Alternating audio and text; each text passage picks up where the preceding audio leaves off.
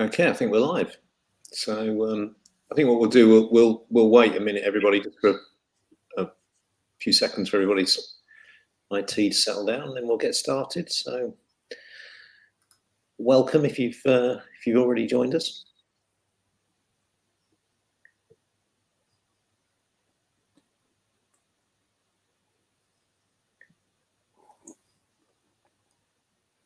Okay, all right, let's get going. So thanks everybody for joining us on our monthly breakfast briefing.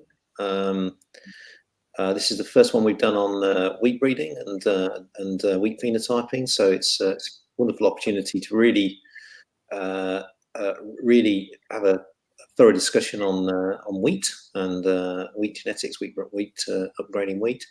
But also it's a great opportunity for us to show our relationship with KWS in terms of, so we've got Nick Bird is from KWS, who's going to give an overview of the KWS program. But it's also a great opportunity for us to welcome a new member of staff who's one of our team, 2 or 3 people who are going to be focused on wheat phenotyping, wheat breeding. That's Ravi Fluru. It's a very important meeting for us, really, because Ravi and Rashmi, Ravi's colleague, have joined us last year, really as Lincoln's first foot-toes into the world of plant breeding and wheat phenotyping. And really as a consequence of our Research England bid, Lincoln Agri Robotics, where we were able to fund a lot of equipment, new people, new facilities. We've now been able to sort of step into wheat phenotyping and particularly robotic wheat phenotyping. And we're really proud to say, I think 3 weeks ago, Ravi will give us more details, I'm sure, we drilled our first ever plot trials for plant breeding at Rhizome, which is about 200 plots on one of the fields at Rhizome. So it's a very, very important strategic move for the University of Lincoln to get into scaled wheat breeding. And really it comes on the back of the opportunity for us to put our robotics research into this domain. So its focus will be on, the agri side will be on new varieties, new genetics, new approaches to understanding wheat varieties, but a large research input in terms of the robotics. So robotics platform for phenotyping, sensing, monitoring, and all those important things. So a really strategically important move for Lincoln, and one which we're really delighted to be involved in. So that's the background. I'm now going to hand over to I think it's Ravi to start with. So please get yourself a cup of coffee. Normally at this stage, I think we'll be getting a bacon roll or a hot dog. But now it's time for a quick cup of coffee, and Ravi's going to give an overview on field robotic crop phenotyping. So thank you very much, and over to Ravi. Thank you, Simon. Morning, everyone. As Professor Simon mentioned, my name is Ravi Valluru. I'm a senior lecturer in crop science, recently joined as a part of the Lincoln Institute for Agri-Food Technology team. And today my topic will be discussing on some general understanding of crop phenotyping and field robotic crop phenotyping. So in my presentation, I would like to address 3 different questions. The first one is, what is crop phenotyping? In the second question, we will discuss why crop phenotyping. And in the third question, I will talk about how robotic phenotyping could be able to support crop yield improvement or crop improvement in general.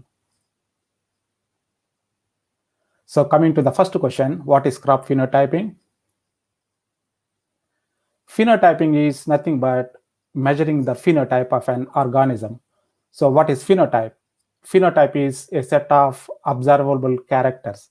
For example, we look as a phenotype, which is generally known as external phenotype. We have some things in our body like heart, lungs. So we can call them as internal phenotypes. So phenotype is the one you can observable set of characters. And phenotyping is not really a new process. Our ancestors have started phenotyping thousands of years ago.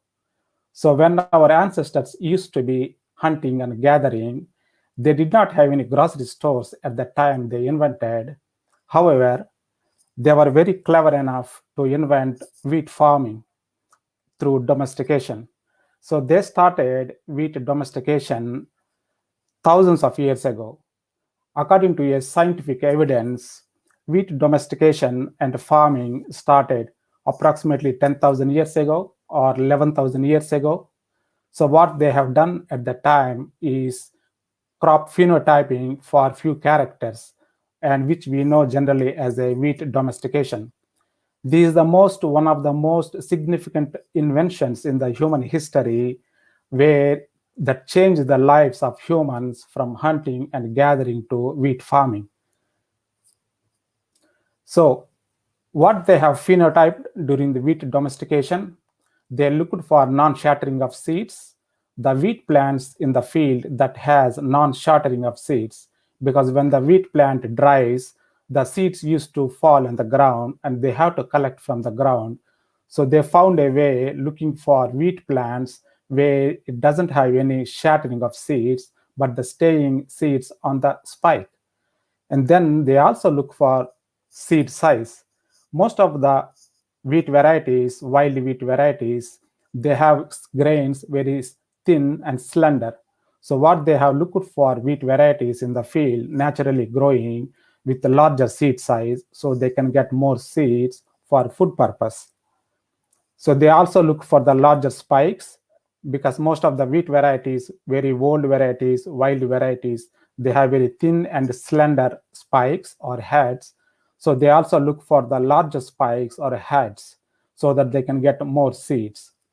In fact, you can see many of these wheat varieties growing freely, naturally in the field conditions. If you go to certain mountain regions, for example, in Turkey, Syria, because we know that wheat has been originated and domesticated from these mountainous regions.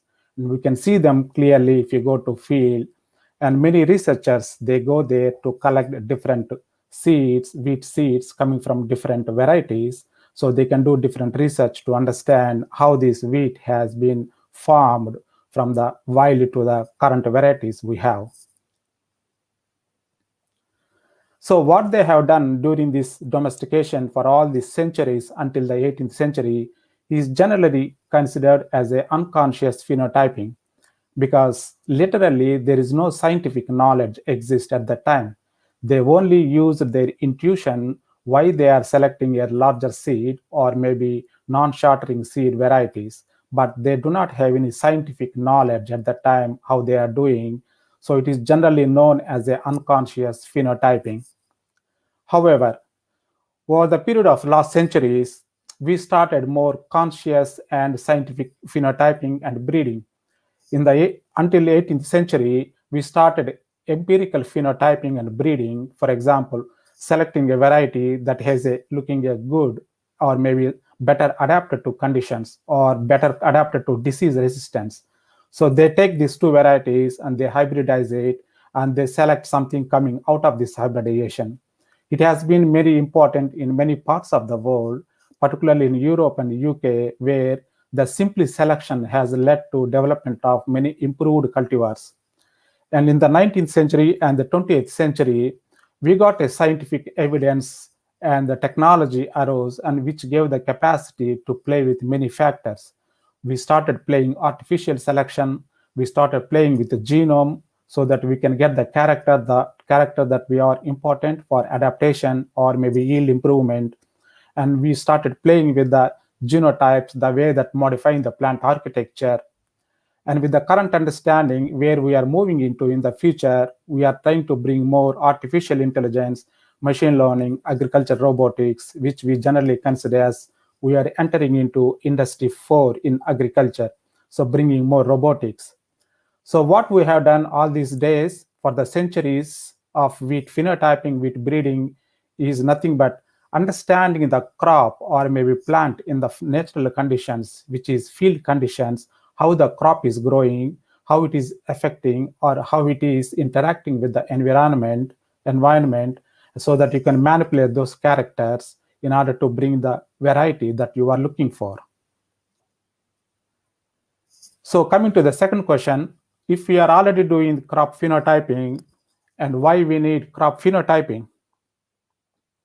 As we know, population is increasing around the world, and we are expecting that it will be 10 billions by 2050. That is a huge amount of population, and our crops yields are approaching plateau. If you take the UK average yields from 1972 until 2000, you can see a rise in the wheat yield.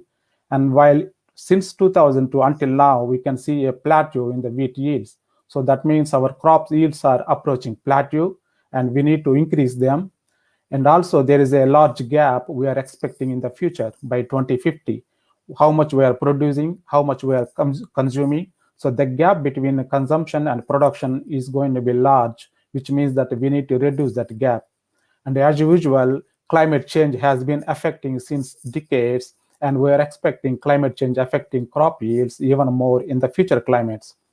So what we can do, one possible approach, can we develop some new crop varieties?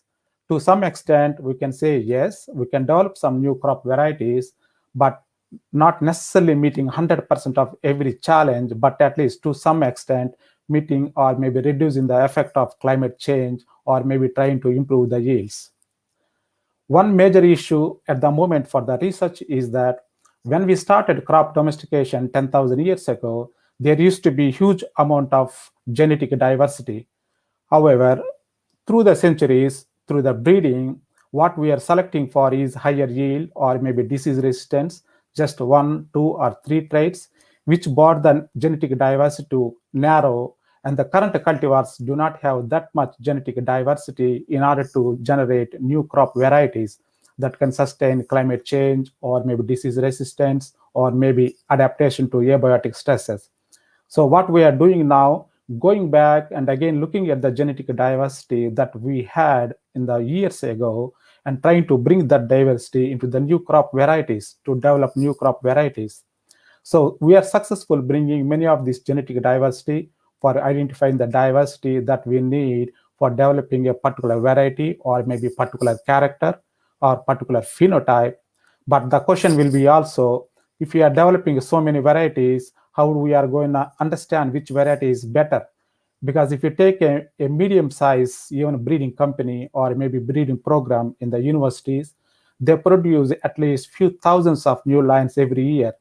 So understanding which variety is better is one of the major questions.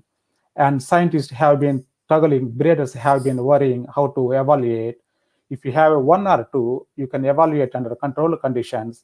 But if you have thousands of lines, new varieties, and you want to evaluate under field conditions, then the question comes, how can we do it?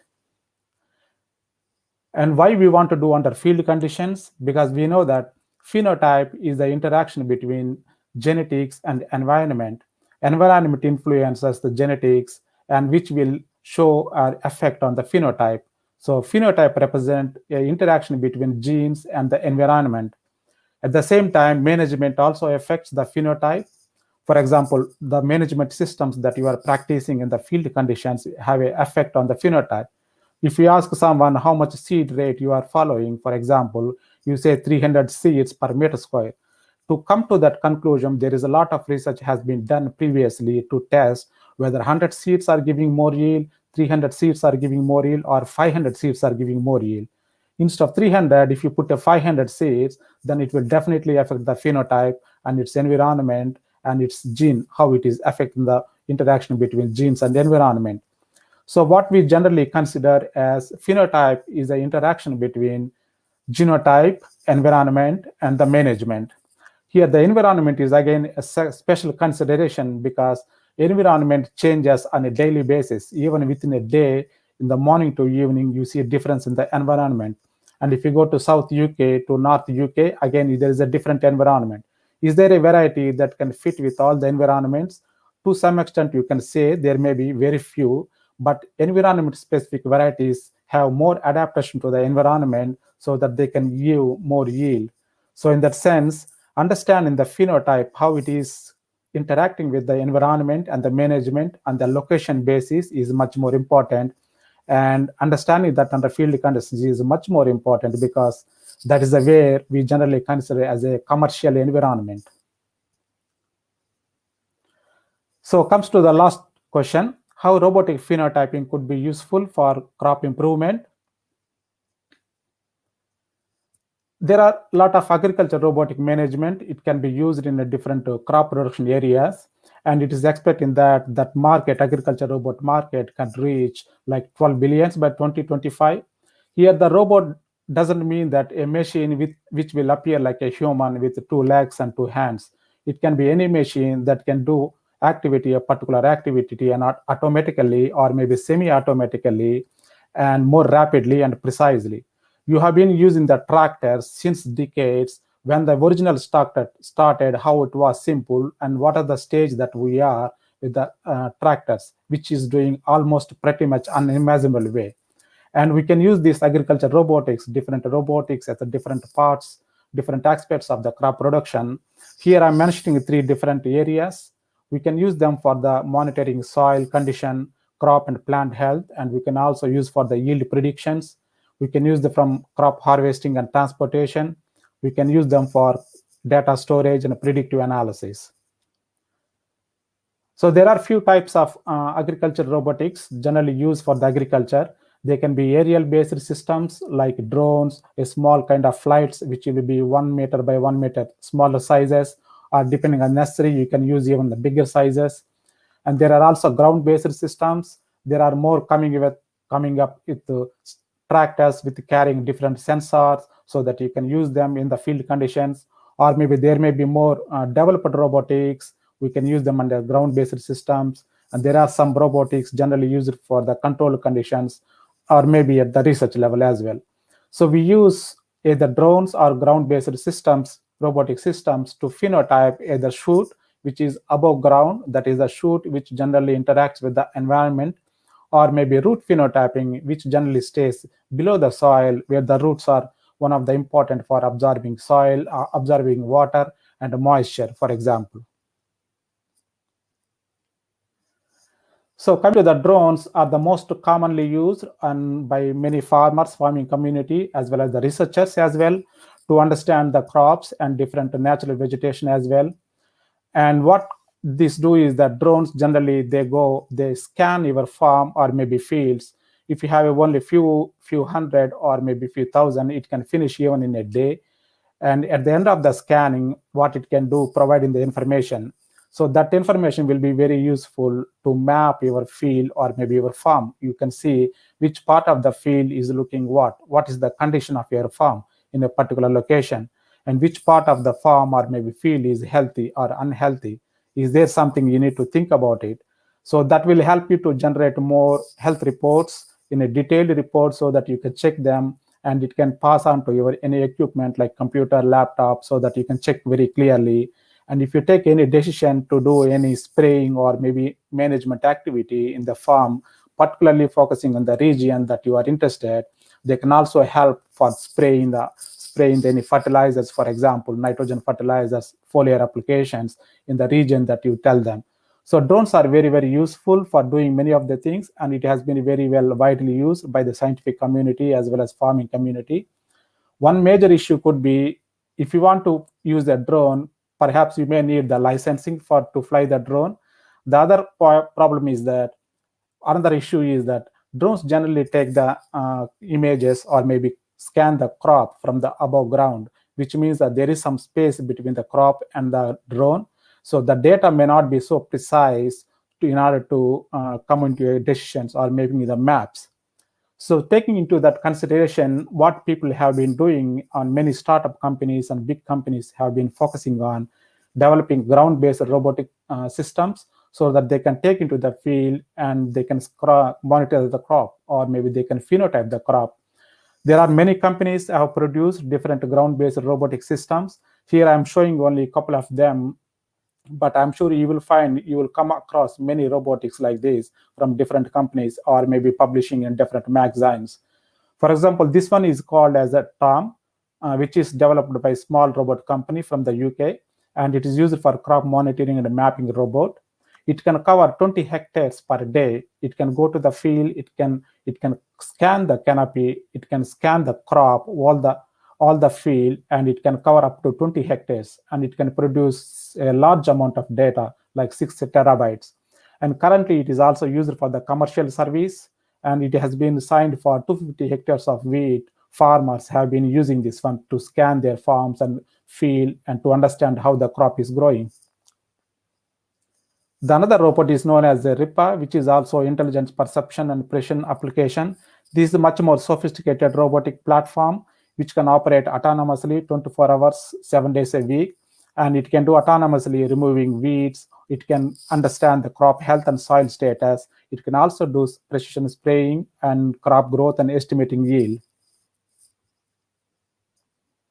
At the University of Lincoln, we are developing a field robotic platform which is known as Thorvald. It is developed by Saga Robotics. Previous versions of the Saga Thorvald robotic has been used for various agricultural practices, including the wheat monitoring in the field and also for the strawberry picking in the strawberry fields. I have a video here to show. If he was a competitor on Robot Wars, his ability to pick, plow, measure and move would make him much more than a robotic breeder. It would make him a champion of farming technology. Thorvald's got a weight of about 120 kilos and it's got a battery life of about 10 hours. So the plan is that it will wander around the field on its own, doing work, through the 10 hours, and then come back and report back data or done work for the farmer through that day. Its small, robust wheels makes it such an agile robot, enabling it to go around corners much easier than a tractor. But it's very strong too, carrying loads of up to 200 kilos. That's a lot of strawberries. This and farmers together, shaping the future of agriculture. Lee Milner, BBC Look East, Cambridge.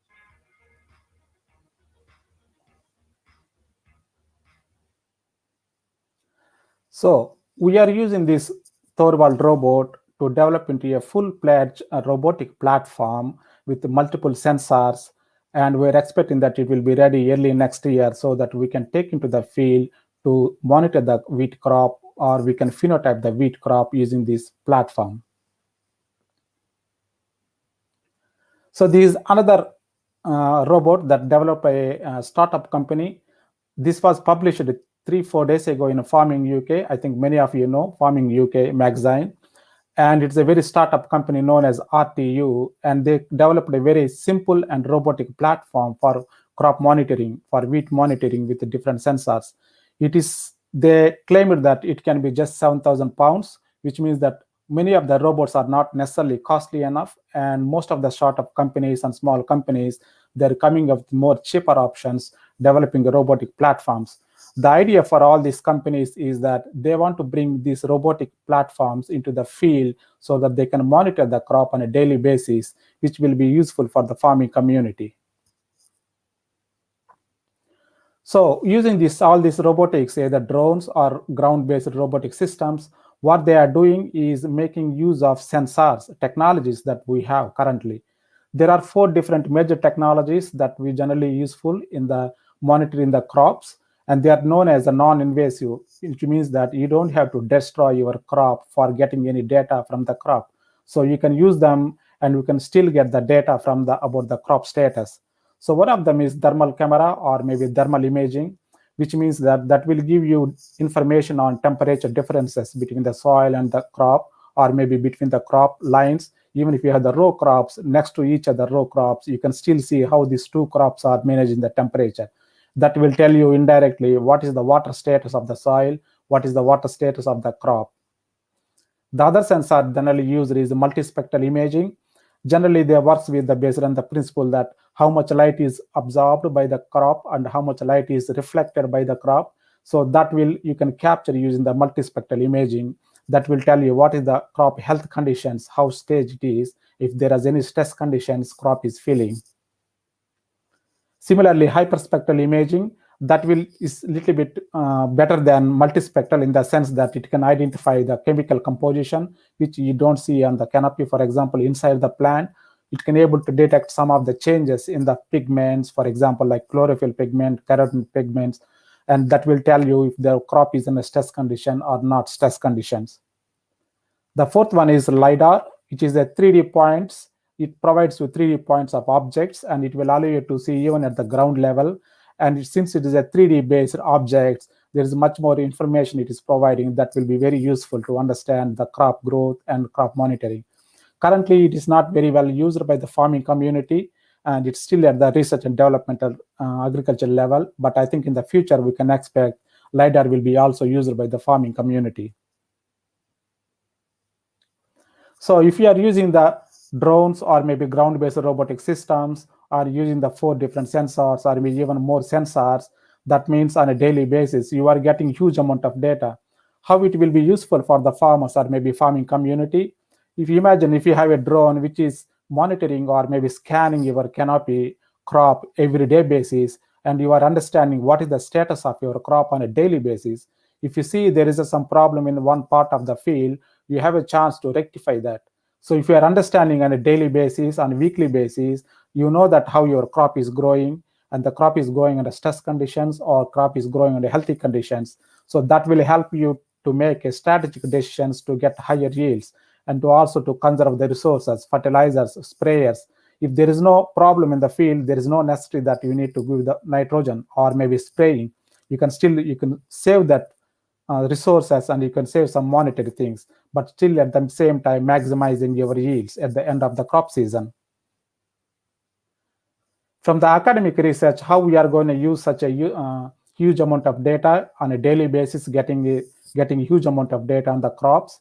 One of the major issues is that robotic phenotype very useful for phenotyping crops, and we are trying to bring more and more new varieties.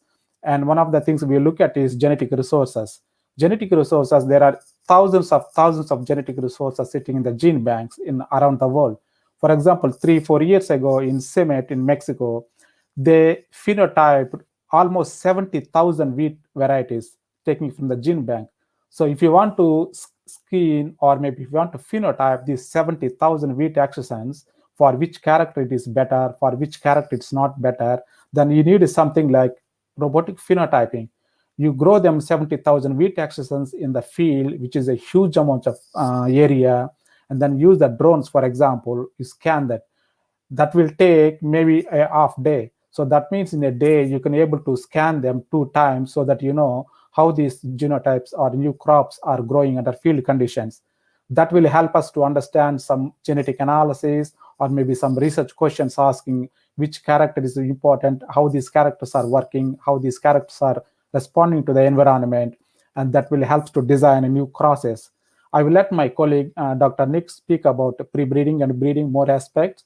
But this is a way robotic phenotyping will be very, very important, playing a very important role in the crop improvement programs in order to bring the resources from the genetic resources directly to the farmer's hand before they come as a new crop varieties. So with this, I would like to say thanks to you and thank you for your attention. Bye until next time. Brilliant. Ravi, that was fantastic. Well done. I really enjoyed that. It's a great overview.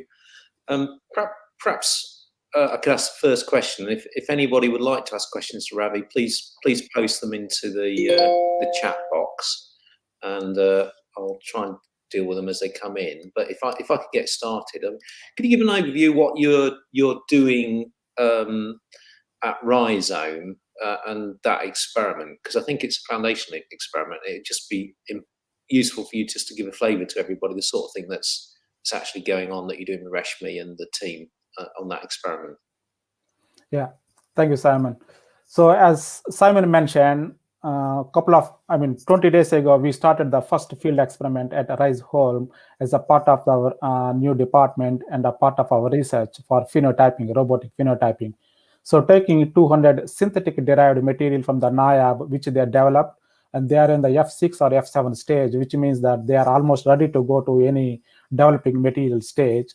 So we took those 100 lines, and then we multiplied into 2 replications. We started a field experiment. So the idea is that the robot that we are developing at the moment in the University of Lincoln, Saga Robotic Thorwald, we want to come up with the different sensors, multiple sensors, and phenotype all these lines under field conditions on a daily basis, so that will give you understand how this plant is responding to the environment, what is the trait that will be really contributing to the yield over a period of time in a different conditions. And we would like to also interested thinking on bringing this robotic platform to some of the farmers field, nearby farmers field, to scan the farmers field as well, so that we can demonstrate them how it can be useful for understanding the crop status in their fields. Great. And the sensor pack on the robot, perhaps give an overview on that, the sort of things that the data you're going to collect, because I think it's pretty foundational stuff, quite unique. Yeah, so we are trying to use different sensors there, and one of the sensor we are majorly focusing on is PhenoSpec, which is coming from the Netherlands base, and it's widely used both in the research and the farming conditions as well. It is a 3D laser scanner which scans your canopy, and that will tell you on a 3D model basis how your crop is growing and over a period of time, what is the architecture it is getting at what stage, and how it is affecting the different crop physiology and nearby plants, and how it will be contributing to the yield. And in addition, we are also putting the hyperspectral camera and the multispectral camera, thermal camera, and the RGB normal cameras, so that we can understand the different compositions of the plant growth over a period of time. Yeah, brilliant. And then other resources going in just for everybody out of interest. So we should have a pop-up 5G network going in at Rhizome probably towards February. So once we plant breeding, once you get the scale, the number of plots, you've then got a data movement issue, and the big focus of the kit. It's not just the robot, but it's also the data handling infrastructure that we're also developing as well. So there's a lot of real foundational stuff that's going on over the next year, led by Ravi and Reshmi. So That's true. Heather's put in the chat a link to a Twitter feed which shows the actual drilling, so you can see how that's been done. And you've worked with a third party, haven't you? Who can you just give us an overview of who that was? Just to who is the company that did the drilling with you? The company is EnviroField, who is officially, I think many farmers use EnviroField people for drilling their fields. Generally, every year they drill thousands of fields, and they are also very professional the way that they do for the research trials or maybe for farmers. I think it's EnviroField. Yeah, company. all right, fantastic.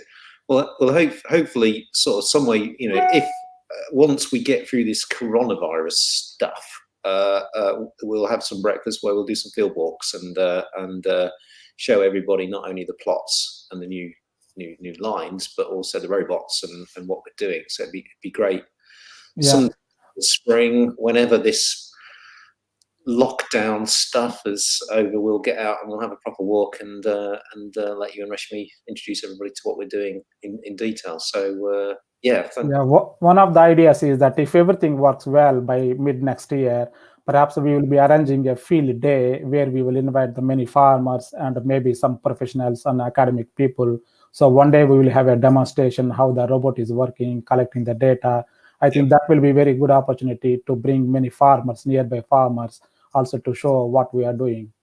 Yeah, I mean the whole theory is where you move forward in terms of breeding is rather than sort of people moving around measuring traits. You can do this with robots in parallel, so you can really expand the scale of breeding and speed of breeding. So yeah, fantastic. Well, before we hand over to Nick, I've got one question from Sean. Which is, do all these new sensors allow us to sense new traits to breed, or just measure the same traits at a bigger scale? Yes, we can measure. We can use these robots and current sensors to measure the traits that are already known, which is contributing to the yield on a large scale basis. One thing, we can also develop a new sensors, a new set of tools to come up with the new traits that you want to measure. For example, many of the physiological traits are difficult to measure on field conditions, and there are no such robotic systems or maybe high throughput systems to measure these traits. We can develop a new systems how we can come up with measuring these physiological traits, for example.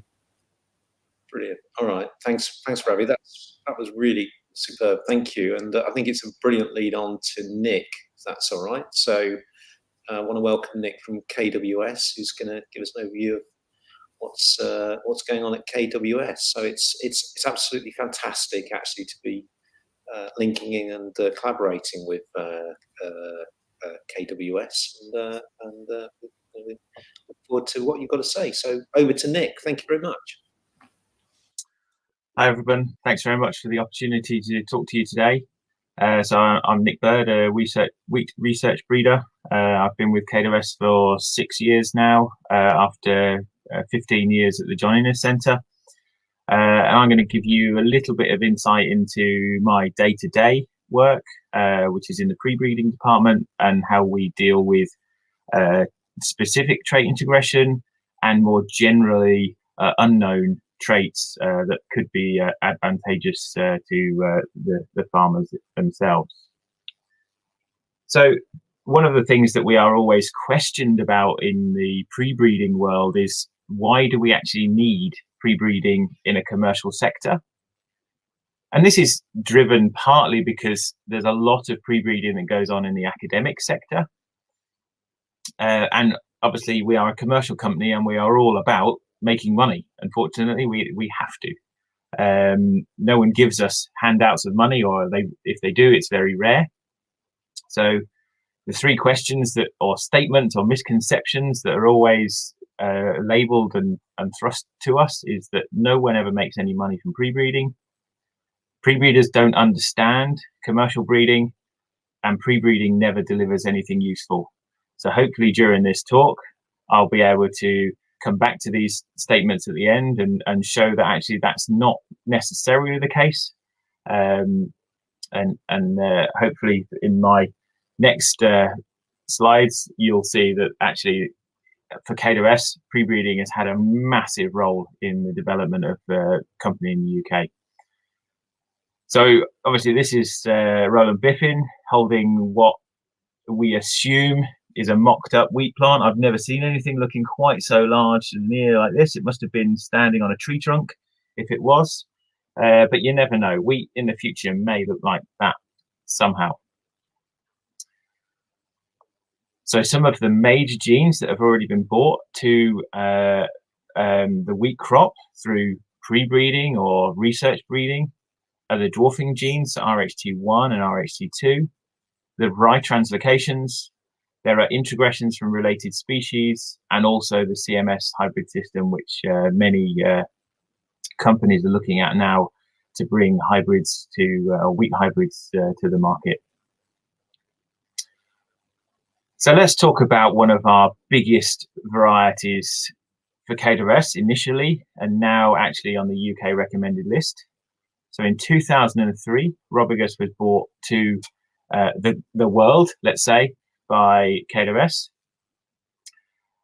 And the important thing about Robicus is that it actually has some Triticum dicocoides introgressions. So Triticum dicocoides is a wild relative of wheat, and it has an introgression on both 3B and chromosome 4A. And this was spotted by our wheat breeder in a Dutch pre-breeding program, and he brought it over to the UK. And over a couple of years of testing, we launched it into the UK market. Now, this is the sort of life scan of KWS's varieties delivered from 2003 to 2014. And I've only kept it to 2003 to 2014 because otherwise the slide gets a little bit too large. But the important thing is what's actually related to Robicus. So it became a major parent for KWS.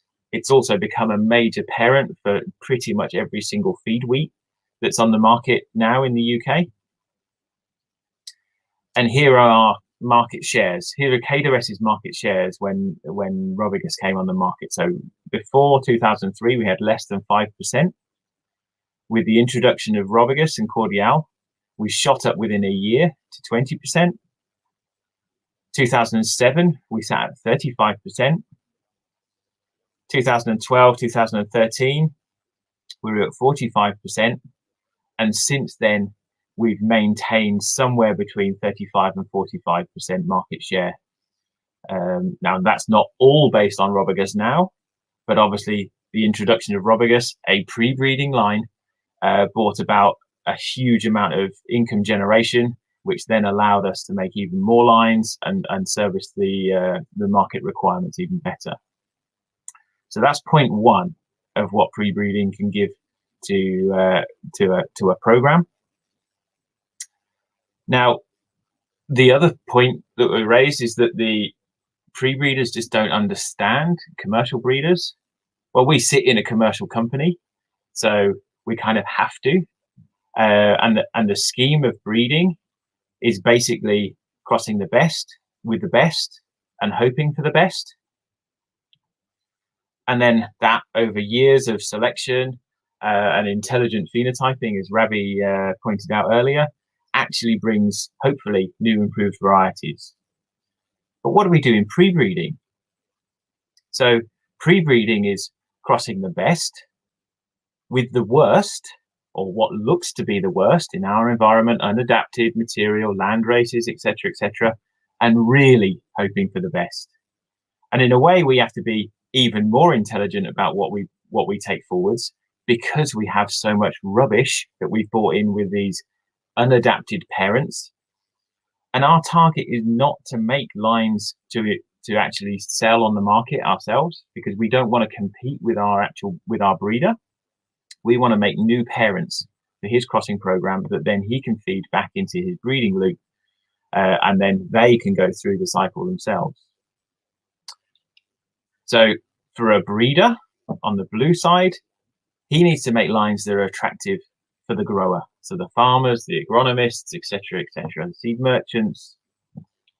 Our target as a pre-breeder is it needs to be attractive to the breeder and then feeds into his cycle.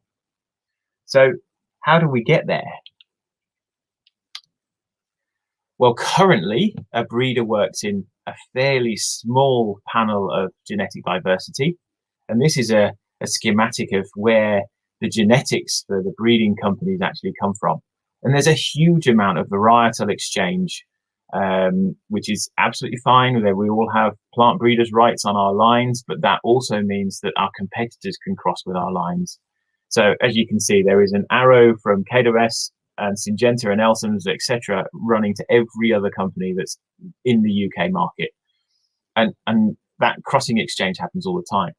But how does it look genetically? So here is principal component analysis, which is basically a snapshot view of the genetics of each variety that's available, certainly in this plot. And this shows very, you have to trust me, but it shows very, very little genetic diversity. So going back to Ravi's talk, when he was talking about the diversity in the land races and the wild relatives, they would be at the real extremes of this picture, whereas actually as commercial breeders we deal right in the center of it, and that's due to adaptation and things like that and the need to put lines out faster. But we need to, in a way, deal with what the climate is throwing at us, what the pathogens are throwing at us. So for us, we use a pre-breeding program to introduce novel and useful diversity, which actually puts lines outside of this kind of cluster, and then that brings in new things that can push yield and push disease resistances.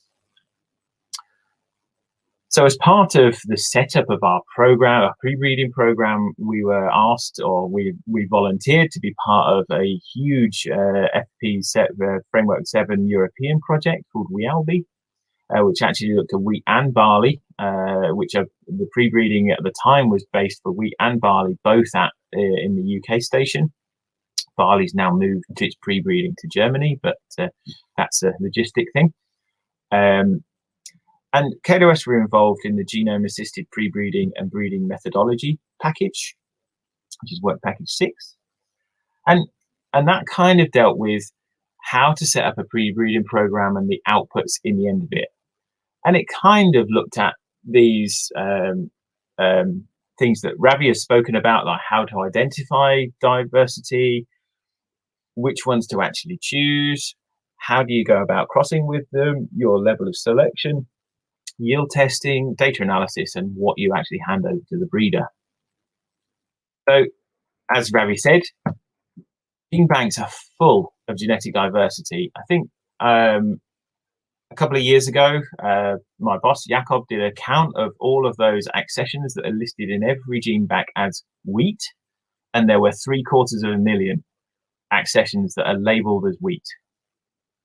So that's way too many for us to look at, and we just don't stand a chance. And actually, sometimes the only information that's associated with those packets of seed is wheat.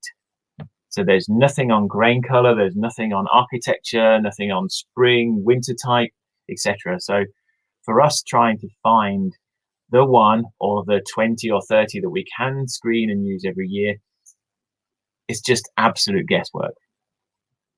But can you do it more strategically? Well, yes, you can. So as Ravi mentioned, the national and international pre-breeding programs are producing thousands of lines every year. And nowadays, there is more associated data that goes with those. And that's because the pre-breeding programs don't want those lines to sit there with no information and not being used. There's no point in a genetic resource just sitting in a gene bank. It needs to be utilized. And we also find our material by going on very hard and difficult visits to places like South Africa, which my boss has done here. It looks like he's having a terrible time, although he has at least got his notebook in his hand, so maybe he was working at some point. But we can also look on a genetic basis. And here is an example of a barley chromosome in the top right picture. And you can see that where crossovers and where haplotypes might have changed. And we can look at this on a genetic basis. And then we also have D-genome diversity that we're really short of. So when, as Ravi mentioned, 10,000 years ago, domestication of wheat started. And that's when the D-genome joined the tetraploid wheats. And actually the D-genome came from this little plant at the bottom here, this Agelops tauschii. And there weren't too many tauschii that formed this hexaploid wheat. But actually, if you look across tauschii itself and all of the accessions of tauschii, there are hundreds of different types of tauschii. So there is D-genome diversity out there. It's just not so prevalent in our current hexaploid wheat. So how do we actually validate these things? And we can use hybrid technology to use these. So we could use an elite tester, like a current recommended list line. We can cross-pollinate with our genetic resource. We can make some hybrids and then assess those hybrids. And then the theory is that those hybrids that rise to the top of the bunch should have some genetics from that new germplasm that are actually of some value. Now, the other way of doing it is we can use a bit of pre-breeder's intuition. So we can go and visit breeders, our contacts, and find people at conferences or via other colleagues, and find lines that are promising according to the contacts, and then we can use them in our breeding program. We can look at land races and old varieties included in studies. So there is a massive project at the moment called Designing Future Wheat that's looking at a collection of land races of nearly 600 lines called the Watkins collection that was developed by Mr. Watkins in the 1920s and 30s by him traveling the world and grabbing packets of seed out of the marketplaces. And we can look at publications and conferences and things like that and get material. But some of the data that we get from those pre-breeding lines from gene banks and certainly the national programs, they only come often with yield data, which is great. Don't get me wrong, but actually as a breeder or a pre-breeder, we deal with more than just yield. So that makes it slightly more difficult or more challenging to use, but not impossible. NIAB's pre-breeding program, which is part of the Designing Future Wheat, is remaking hexaploid wheat using synthetic wheats. And then there's the CIMMYT international nurseries, which have way more data than just yield. So how do we actually use these? So there are 3 main cross-section strategies that could be deployed. One of them is to take a recommended list line, or our best elite line, line A, and then cross that with an exotic parent just as a single cross. And we tried this, but actually found that actually the populations were a little bit too diverse to pick out the real gems that we needed. You could do a single back cross. So you take your elite parent A, you cross your exotic line on, and then you throw another cross of your same recurrent parent, so your same elite, and then you end up with, by the numbers, 25% exotic genetic diversity, but you also are in a 50% fixed elite background. And then you can see the much more easier level to spot. You can see the segregation between your exotic and your elite parent. Another method is a 3-way cross using 2 elite lines. So that would be elite line 1 or A, cross with your genetic diverse panel or resource, and then you cross a second cross with a related elite line, line B. Now this still gets you to 25% exotic diversity, and you fix most of your adaptation genes. The only issue is when you get to selection and you see segregation not just between your exotic and your elite, but also your elite and your elite. And that for us was a layer of complexity that we didn't really want. So we've picked the single back cross process to continue with in our pre-breeding program. So how does it all look when we get there? So we plant out large populations of each individual cross that we do of approximately 6,000 to 8,000 seeds. Now, bearing in mind that we do over 500 crosses, and these are pictures of our F2 fields, where each one of these plants is an individual potential variety. And this is a huge amount of material to walk through. So we're really keen for Ravi to get moving with his drones and make them super reliable with excellent phenotype data. So instead of us walking the fields over and over and over again, we can send a drone in and that can highlight with hopefully GPS coordinates the plants that we actually want to select. But currently we walk and we select on basic phenology, height, major disease resistance, which for our site and generally the UK is yellow rust. And then we also look at some post-harvest grain selection on an ear-by-ear basis. So we go and pick those ears. We then sow each ear, the seed from each ear, into a 1 meter row. And then we end up with about 200 to 300 rows per cross. So we put out 8,000 seeds or 8,000 plants, and then we've already whittled that down to somewhere around 200 to 300. Once they get into a row, they end up, you can look much more into the agronomic type. There's still some segregation happening in the rows, but that's okay. We can deal with that. But you get a much better picture of how it's going to look in a sort of larger scale plot.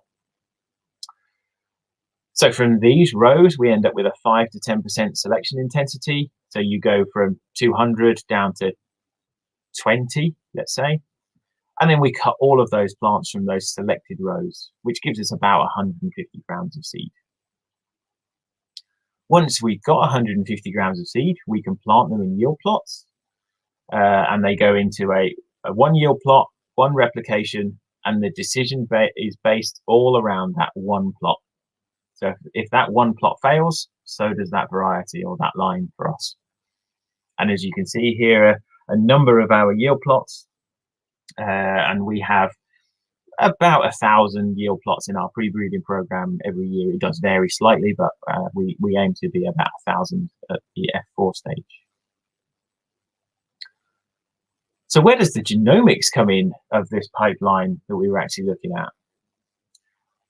Well, there are multiple ways of getting genomic information on a variety themselves, and one of those is genotype by sequencing.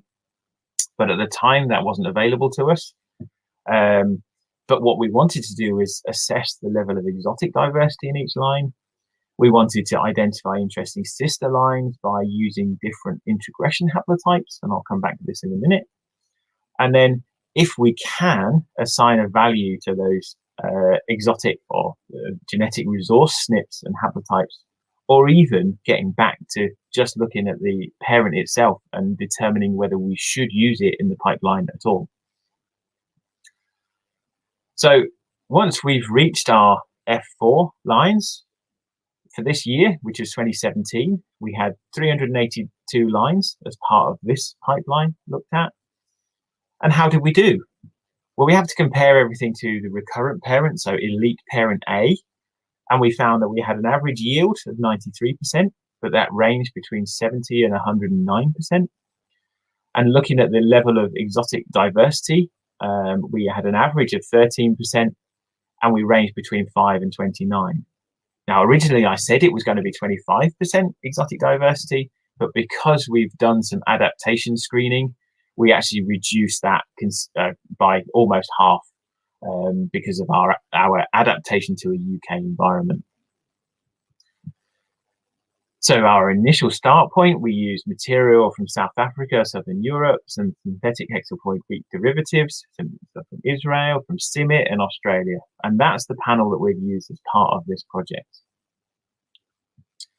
And here is the scheme to show that actually there is a negative relationship with the amount of genetics that you have from exotic parent and the amount of yield. So you do have to select. If you want to gain a yield advantage, you have to physically select. You can't just put it in and hope for the best. So here is a blown up view of a haplotype analysis for one particular cross. And this is looking specifically at adding D-genome diversity. So here it is organized by yield percentage. So we have Costello, which in this case was the recurrent parent, the elite. So anything that is yellow on this is basically Costello genetics. Anything that is blue has come from the germplasm resource. And as you can see, our top yielding line was nearly 105%. So that was 5% better than Costello, which is a really good place to be. So based on phenotypic selection, so its overall yield package and its disease resistance packages and other traits that we look at the same time, we've marked 4 lines that we would have picked, or that we did pick through phenotypic selection. Then looking at the percent exotic parent, we've got ranging from between 5% and 14% in those selections themselves of exotic parentage. But actually, if you look a little bit further, when we're looking at specific D-genome diversity adding in, so here are the D-genome chromosomes highlighted. If you look through this picture and this view, you can actually see that some of those haplotypes or those blue blocks are not in some of those lines that we've selected through phenotyping. And this is important for us because the whole point of doing this was to, yes, make some good lines with some diversity, but actually we want to maximize the new novel diversity that we have in those lines. So after looking at these outputs, we actually make some slightly different selections or add some more selections in to see how those blocks of genetic or new genetics look in the further generations. So the final step is to take about 50 lines of our 400 panel this time round and put them into replicated yield testing with multi-location observation nurseries. And we did that, and we found that we had an average yield of 101% of the recurrent parent. So that's a good place for us to be. But the range was between 93 and 108. And as I said before, our exotic diversity was on average 12%, and that ranged from 5 to 23% in individuals. And then in collaboration with a breeder, they walk our final yield plots, so this stage yield plots with us, and we pass over the information we have. They get a real feel for the material, and then they will make selections. So our aim is that the breeder will want to select somewhere between 3 and 5 lines. I think this year they actually took 10, which was really good for us. But so far we've managed the 3 to 5 lines every year, and often we are over that. So we are actually dealing with great relations and great outputs to our breeders. So this is the more speculative line of trait of pre-breeding and germplasm introgression. So we don't really know what we're introgressing at the time that we start, and over time we do develop a feel for what we have introgressed. But there is another pipeline for those traits that you can actually say this is a disease resistance gene, or this is a yield gene, and that's what I'm going to talk about now in the final section of my talk. And we have this as a separate pipeline, and I deal with that, and this is part of the introgressing trackable traits. So what do I mean by trackable traits? So these are traits that we can identify and follow through the process by using molecular markers. So usually CASP markers, which are nice and easy to deal with, but there are other methods for us to do that. So why do we have a specific pipeline for this? Well, actually, KWS wheat has 5 individual programs, and it doesn't really make sense for each one of those 5 programs to deal with 1 or 2 traits each. We might as well do it through one centralized pipeline, and then we can pass the materials to those programs as we go. Another reason is sometimes the donor germplasm just may not fit into the mainstream breeding process. So if we ask our breeders to do it themselves, they do not want to cross with lines that are from the 1920s that are 2 meters tall, maybe spring types. They just don't fit with their standard work processing. They may also need a slight bit of marker development. So often they come with some element of information from the literature or the program we've taken it from, but those molecular markers have to work large scale and in our internal processes. So sometimes we might need to do some marker development, and the breeders, we don't want focusing on that. We want the breeders focusing on making commercial products. And then the route to implementation can differ from a standard pipeline. So our timeline to implementation. So for the non-targeted genetic diversity that I've just spoken about, and we went through the generations. So we have 2 generations in the glasshouse, so an F1 cross, a back cross, 1 cross, and then 4 or 5 years of field selection before we hand over to the breeder. But actually, when we're using a trackable trait, we can do it slightly differently. And we have 5 generations in the glasshouse. So an F1 cross, a back cross 1, a back cross 2, 2 selfing generations, and then only 1 field selection. And then we hand over to the breeder. So it's a slightly quicker process, but that's because we are not looking to deliver an overall package of genetic diversity. I'm just looking to introduce 1 specific trait. So how do we find these traits, and how do we know which ones to actually identify on a trait by trait basis? Well, that's down to the breeders. So the breeders and our commercial teams have discussions with the farming community and keeping an eye on where things are heading in terms of chemical regulation and other aspects. We will then move things to a higher priority for disease resistance, yield and quality. And then we also have hybrid wheat specific targets too, but it's all based around what the breeder and what the farming community want, or what we think they're going to want in 15, 20 years time. So where do these traits come from? Well, I spend some of my time looking through scientific literature to find these traits.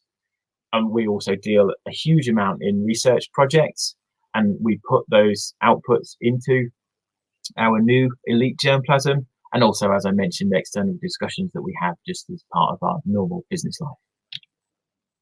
What do we deliver back to the breeder? Well, through this pipeline, because we're only looking to introduce a specific trait, actually, what I spend most of my time doing is reselecting the recurrent parent. So elite parent A needs to be reselected. Obviously, it has a difference because it has that positive trait in it too. And at the end of my cycle, my plan is to get 500 grams of seed to the breeder. So if he wants to do some more yield testing, he can, but also some ears to put into his crossing program. We make sure that those seeds are delivered for his crossing cycle or their crossing cycles. And then we also deliver markers to follow the trait through the breeding process or their breeding process, should they wish to track it. They don't always. So what have we delivered so far, or what's in progress? At the moment, I have 6 disease resistance loci that I'm working on, varying from yellow rust, brown rust, fusarium, etc. And then we also have over 15 yield related targets and yield and quality related targets. The important thing to remember that any one of these pipelines, either the exotic germplasm that we don't really know what we're, the more speculative side, or the specific trait integration, is that whenever we bring something to our program, it is still approximately 14 years away from being in the farmer's field. And that's because it basically has to go through 2 breeding cycles. So one with the pre-breeders, and then the normal length of a breeding cycle with a commercial breeder. So here's some successful targets in action. So the big ear wheat, which came from some simic germplasm.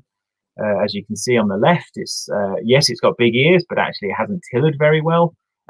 So didn't yield very much. So we've actually put it into one of our backgrounds and in a higher tillering background as well. And this is making its way through the UK program right now. And then Sumai 3, which is a fusarium resistance, came from a Chinese line, Sumai. And we've moved that specific gene into our elite breeding lines, and they're making their way through the programs in the US and in mainland Europe, where fusarium is a much bigger problem. So right at the beginning, I introduced three misconceptions about pre-breeding, and hopefully you now see that they're not exactly misconceptions. So the first one was no one ever makes any money from pre-breeding. Well, K2S for sure, that's wrong, because we've grown from less than 5% market share to around about 40% market share in this day, which is basically based around, or initially certainly based around, Robigus. Pre-breeders don't understand commercial breeding. Well, we kind of have to. We have to work closely with our commercial breeders, understand their needs, their breeding bottlenecks, and their desires to make sure that we are a viable option to them and providing material that they are actually going to use. And pre-breeding never delivers anything useful. Well, I've shown examples of where it has, but also using modern tools, being creative about our thinking and our processing, and knowing that the breeders are who they are and what they want, we can always deliver something useful. And with the new phenotyping technology coming along, new genomic technology coming on, we should be able to get even better at that. And with that, I thank you very much and happy to take any questions. Nick, thanks so much. That was just fantastic. That's really great. I really enjoyed that. And I've got a lovely comment from Mark Tinsley. I don't know if you've seen it in the chat. It says, should be compulsory. Listen to your talk should be compulsory for everyone growing wheat. So that's quite comforting. So, oh, well, you can share the link. Thank you very much indeed. I'm going to take the first question, but there's a couple of questions in the chat which I'll come to. But it's a hypothetical question. So you're starting up a new robotic phenotyping research group. What would you target, and why? What would be most helpful to you? So I think just being able to characterize our lines better would be a real advantage. So in our early generations, where at the moment we walk millions of plants, and we will miss some because you kind of have to. It's just inevitable that you'll miss some. So actually having some better information around those single plants would be absolutely fantastic. So very, very early in the breeding cycle, basically pre-breeding, sort of years 0 to 5 of your 14 years journey.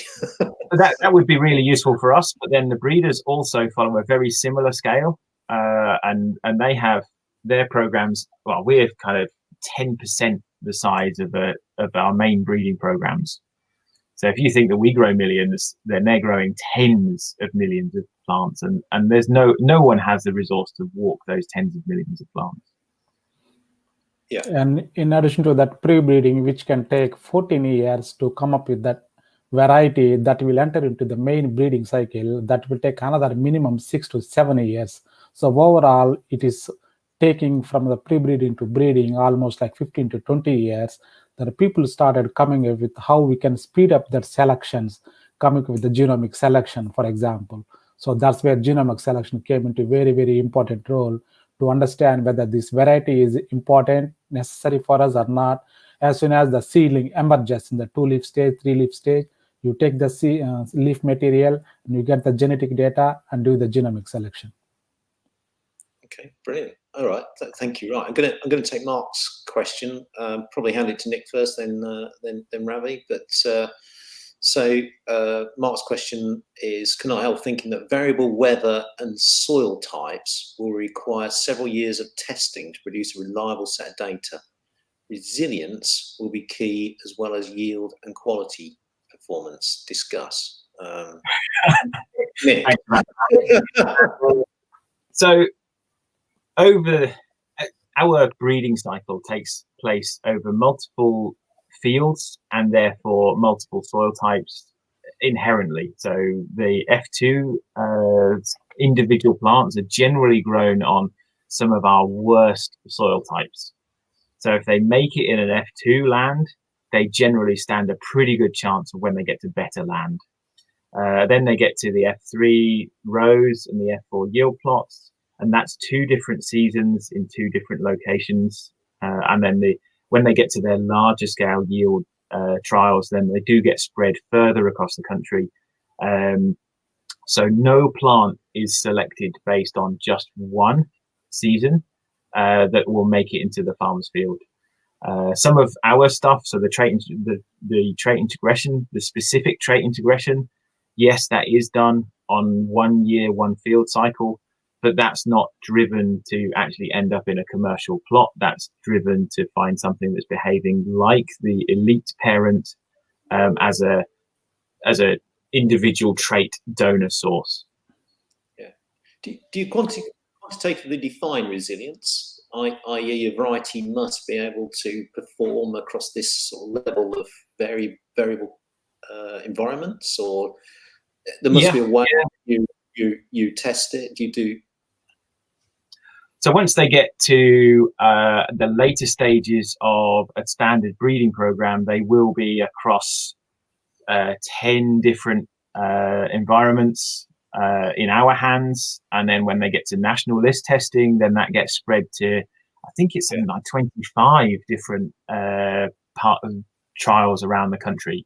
So don't forget that the registration program before we can get things on the recommended list is 4 years worth of national trials.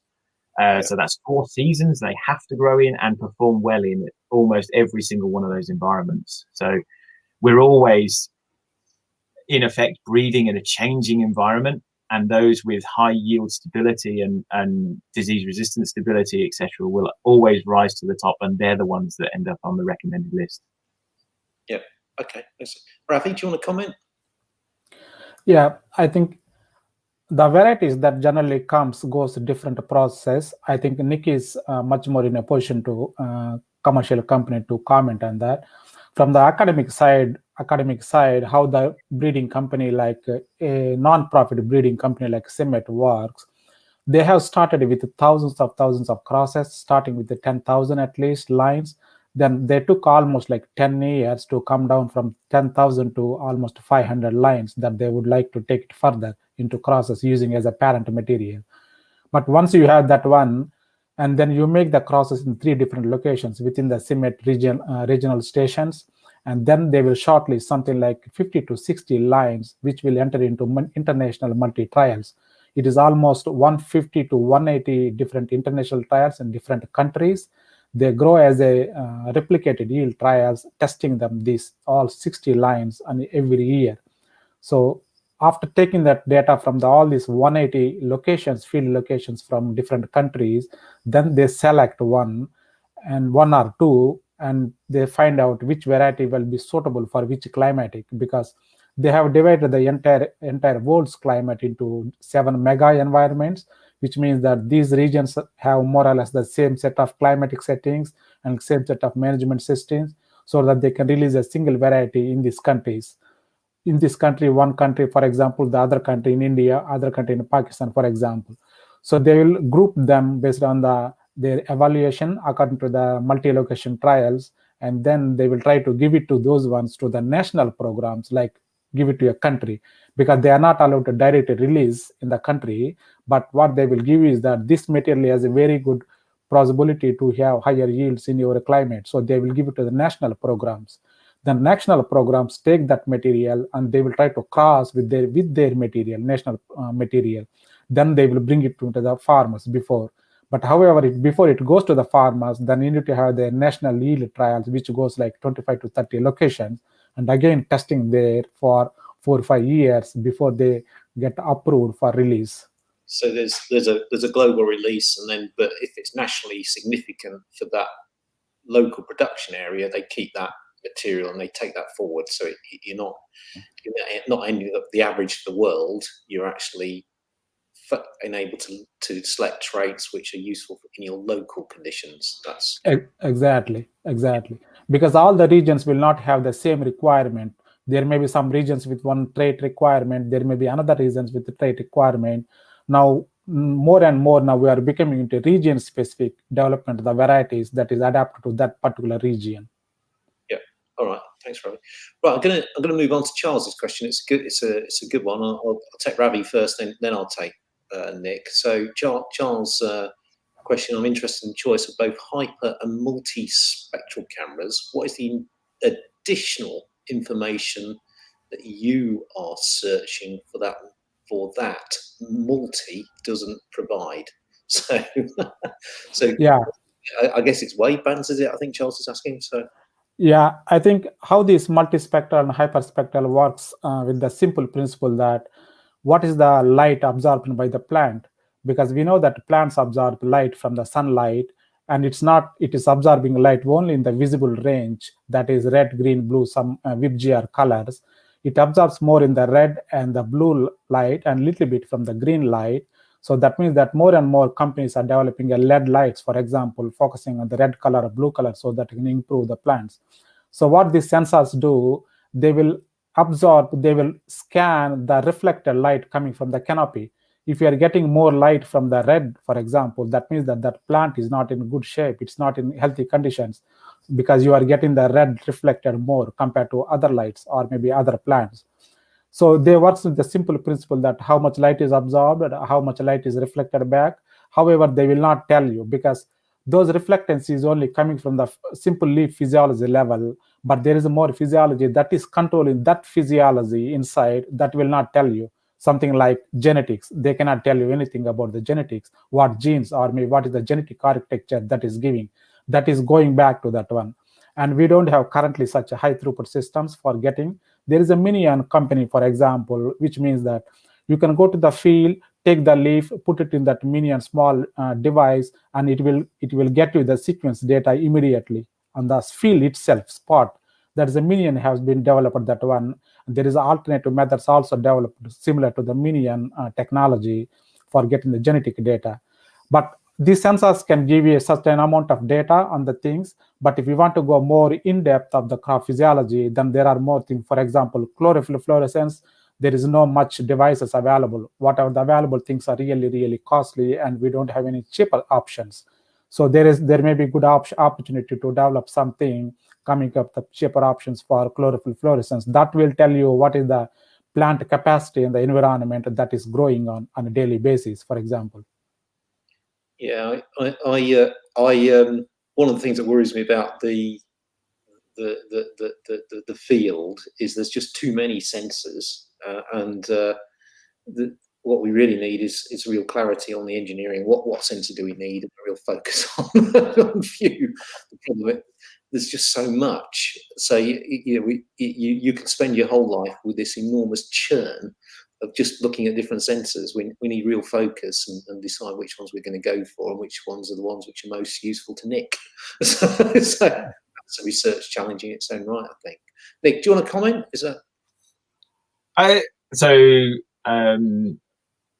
So all the robotics and spectral analysis and things like that are relatively in its infancy in the commercial setting, because they just haven't been high throughput enough yet, or as you say, no one is really sure about what is the best sensor and wavelengths to look at.